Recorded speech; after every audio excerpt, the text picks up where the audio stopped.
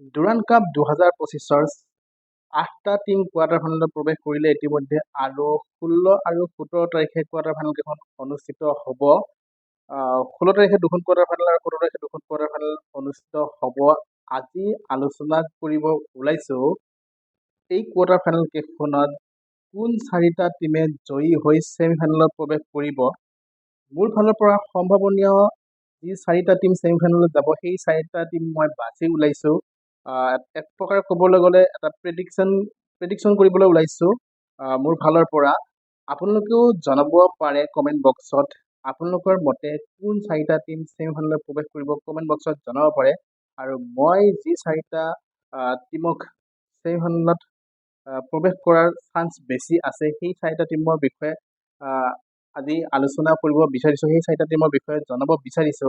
প্ৰথম কোৱাৰ্টাৰ ফাইনেলখন যিখন 16 আগষ্টত আছে আবেলি 4টা বজাত শ্বিলং লাজং ভাৰ্চেছ ইণ্ডিয়ান নেভিৰ মাজত, এই মেটচখনত মই শ্বিলং লাজঙক কোৱাৰ্টাৰ ফাইনেলখনত জয়ী হ'ব বুলি ভাবোঁ, আৰু শ্বিলং লাজঙে ছেমিফাইনেলত প্ৰৱেশ কৰিব। কাৰণ শ্বিলং লাজঙৰ যিটো north East United F C যিটো গ্ৰুপত আছিলে, সেই গ্ৰুপত শ্বিলং লাজঙৰ খেল দেখিছে। শ্বিলং লাজঙে খুব সুন্দৰ খেল দেখুৱাইছে, আৰু শ্বিলং লাজং এটা ষ্ট্ৰং টীম। মই ভাবোঁ ইণ্ডিয়ান নেভিতকৈ ভাল টীম শ্বিলং লাজং, আৰু শ্বিলং লাজঙে খুব ভাল খেলে দেখি আহিছোঁ। গতিকে শ্বিলং লাজঙে এই দুটা টীমৰ ভিতৰত শ্বিলং লাজঙে ছেমিফাইনেলত প্ৰৱেশ কৰিব।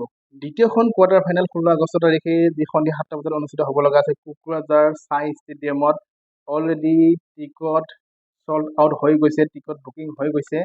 আৰু এই মেটচখনত মই যদি ক'বলৈ যাওঁ, এই মেটচখনত North East United F C জয়ী হৈ ছেমিফাইনেলত প্ৰৱেশ কৰিব। ন' ডাউট বড়োলেণ্ড এফ চিয়ে এইবাৰ ডুৰাণ্ড কাপত খুব সুন্দৰ খেলিছে, আৰু বড়োলেণ্ড এফ চিয়ে খুব টক্কৰ দিব। বড়োলেণ্ড এফ চিক হৰুৱাটো North East United F C কঠিন হ'ব যদিও, মই ভাবোঁ শেষ হাঁহি কিন্তু নৰ্থ ইষ্ট ইউনাইটেড এফ চিয়ে মাৰিব, আৰু নৰ্থ ইষ্ট ইউনাইটেড এফ চিয়ে এইখন মেটচত জয়ী হৈ ছেমিফাইনেলত প্ৰৱেশ কৰিব।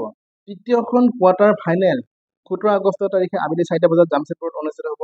Jamshedpur F C versus diamond harbour F চিৰ মাজত, আৰু এই মেটচখনো কৈ দিয়াটো কঠিন যে কোন জয়ী হৈ ছেমিফাইনেলত প্ৰৱেশ কৰিব। কাৰণ ডায়মণ্ড হাৰ্বাৰে এবাৰ যথেষ্ট ভাল খেলিছে, গতিকে জামছেদপুৰ এফ চি সহজে জয়ী হোৱাটো কঠিন হ'ব। তথাপিও মই ছেমিফাইনেলত প্ৰৱেশ কৰিব জামছেদপুৰ এফ চি বুলি ক'ম।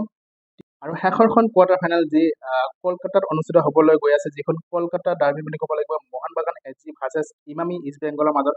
এই মেটচখনতো কোন জয়ী হ'ব সেইটো কৈ দিয়াটো একেবাৰে কঠিন, কাৰণ ইষ্ট বেংগলৰ খেল আমি দেখিছোঁ। ইষ্ট বেংগল কিমান শক্তিশালী এটা টীম, লগতে মোহন বাগানটো শক্তিশালী টীম হয়ে। শেহতীয়াকৈ মোহন বাগানে নিজৰ ফৰেনাৰ প্লেয়াৰসমূহো যিহেতু ফিল্ডত নমাইছে, গতিকে ইষ্ট বেংগল জয়ী হ'ব নে মোহন বাগান জয়ী হ'ব সেইটো কৈ দিয়াটো কঠিন। তথাপিও মোৰ ফালৰ পৰা যদি এটা প্ৰেডিকশ্যন কৰোঁ, তেতিয়াহ'লে মই ক'ম মোহন বাগান এফ চি ছেমিফাইনেলত প্ৰৱেশ কৰিব।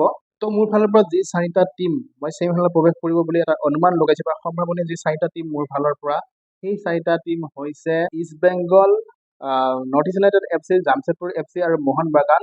এই 4টা টীম ছেমিফাইনেলত প্ৰৱেশ কৰিব, আৰু এইটো মোৰ ফালৰ পৰা এটা অনুমান কৰা হৈছে। এক প্ৰকাৰ ক'বলৈ গ'লে এটা প্ৰেডিকশ্যন কৰিছোঁ, আৰু মই কোনো টীমক ছাপোৰ্ট কৰি পেলাই এই কথাখিনি কোৱা নাই, বা এই 4টা টীমক চিলেক্ট কৰা নাই। এয়া তেওঁলোকৰ প্লেয়াৰসমূহ, তেওঁলোকৰ আগৰ খেলসমূহ দেখি বা গোটেইখিনি মই মোৰ ফালৰ পৰা এটা মতামত বা এটা অনুমান, এটা সম্ভাৱনীয় 4টা টীম আপোনালোকক জনাইছোঁ। এই 4টা টীম আপোনালোকৰ সন্মুখত ৰাখিছোঁ। আপোনালোকেও জনাব পাৰে কোন 4টা টীমে ছেমিফাইনেলত প্ৰৱেশ কৰাৰ চান্স বেছি আছে, জনাওক কমেণ্ট বক্সত। আৰু চাই থাকিব ভিডিঅ'বিলাক ভাল লাগিলে লাইক শ্বেয়াৰ কৰি দিব, লগতে চেনেলটো ছাবস্ক্ৰাইব কৰি দিব নাপাহৰিব। ধন্যবাদ।